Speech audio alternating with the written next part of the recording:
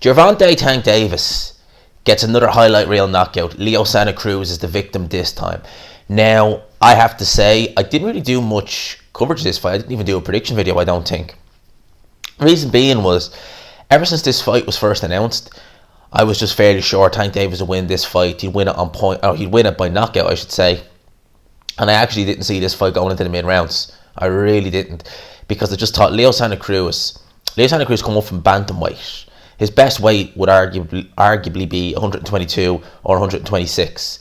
When he moved up and fought, I think was it Flores, was who he fought last year at 130. That was his first fight. He didn't look great in that fight. He looked a bit all over the place. Just didn't seem to have the energy.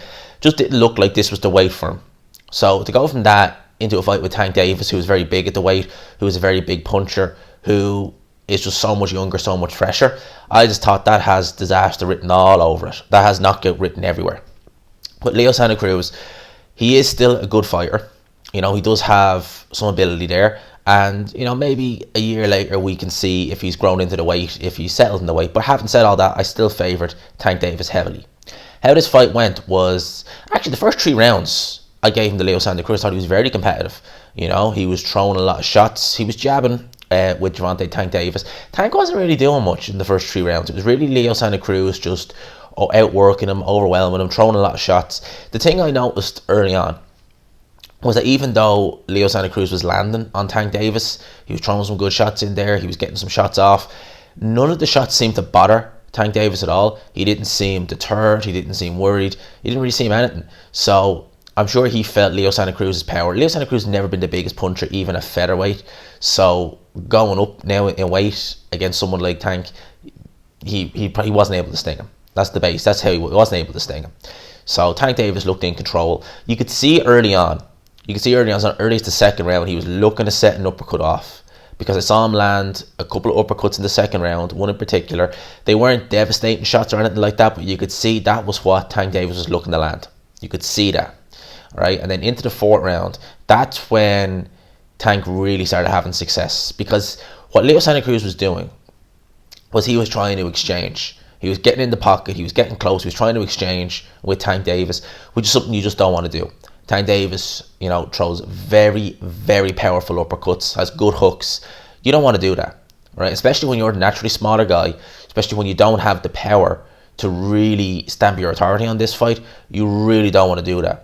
You know, Leo Santa Cruz should have kept it at range, like like how he did against Frampton, but he did. He chose to go in. He chose to exchange, and the exchange in the 4th and 5th round, Santa Cruz didn't seem too bothered by the shots that were coming back at him. His face was reddening up a bit, and he was definitely showing signs of, you know, taking some big shots.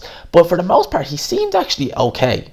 You know, in those 2 rounds anyway, from the shots he was getting hit with by Tank. So you kind of thought to yourself, okay, Santa Cruz, if he can I didn't think he could take it for long, but I said if he can take this for a little bit, maybe he'll be able to build up, you know, some more rounds. We're going to the 6th round, and yeah, it was a similar thing. And again, it was actually Santa Cruz having a bit of success before the knockout came. You know, he was throwing some shots, he was landing some shots on Tank Davis. But again, you could see Tank Davis wasn't even remotely deterred by the shots that were coming back at him. He landed one uppercut, and Leo Santa Cruz, he hit the deck. He was out cold. That is what happens when you don't have the power and when you exchange with someone who, like Tank Davis, has lethal uppercuts on the inside, you know. Great uppercut. Landed on Leo Santa Cruz. He was out cold. That was all she wrote. Tank Davis gets his highlight reel knockout, and we move on, basically. In terms of Tank Davis, is he going to stay at 130? Is he going to go to 135? Remains to be seen.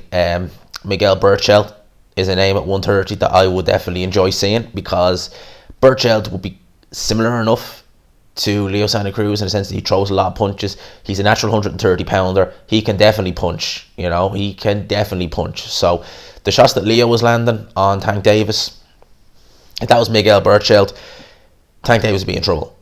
Now, if he goes to 135, would that'd be interesting. I wouldn't mind seeing him against Devin Haney. I might see him against Devin Haney just for, you know, entertainment value. But that's what I think about Tank Davis. In terms of Leo Santa Cruz, 126 or retire. That's what I'm thinking. He's not big enough for this weight. Doesn't hit hard enough. Doesn't have the strength. Just 130 is a way too far.